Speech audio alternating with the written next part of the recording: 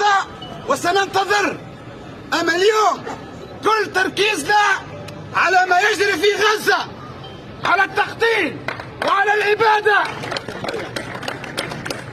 هذا هو الهدف الرئيسي لأسطول الصمود. بالتالي نحن نقول اللي تحذيراتنا ما زالت متواصلة. تقريبا نحن في اللحظات الأخيرة لتحضيرات أسطول الصمود، سويعات قبل الانطلاق.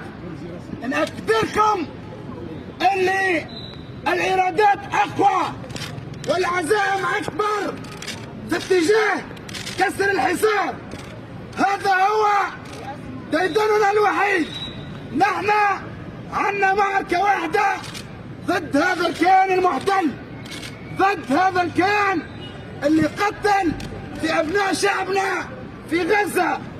حتى شيء ما يحيد بنا على القضية المركزية والرئيسية. قبل ما نختم نحب نقول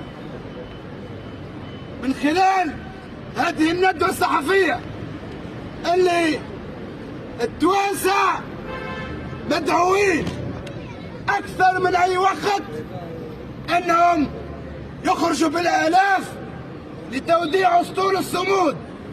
نحن نعمل دعوة، أما في نفس الوقت متأكدين نحن على يقين أن التوانسة باش يخرجوا بالآلاف غدوة وباش يودعوا أسطول الصمود.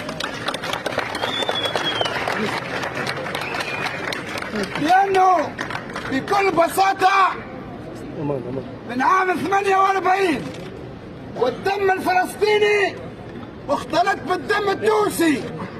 85 تشهد، وعمران المكتبي يشهد، ومحمد الزويري يشهد. القضية الفلسطينية تعيش في وجدان الشعب التونسي. نحن ما عندنا حد ورانا، ثورتنا فيها أحرار العالم وشعبنا التونسي اللي من حقه يفخر بهذه الأرض، يفخر لأنه ولا عمره تخلى عن القضية الفلسطينية. بالتالي مرة أخرى نحن نحبه يكون توديع مهيب، ونحن اللي نوعدوكم به اللي باش نواصلوا الآخر نقطة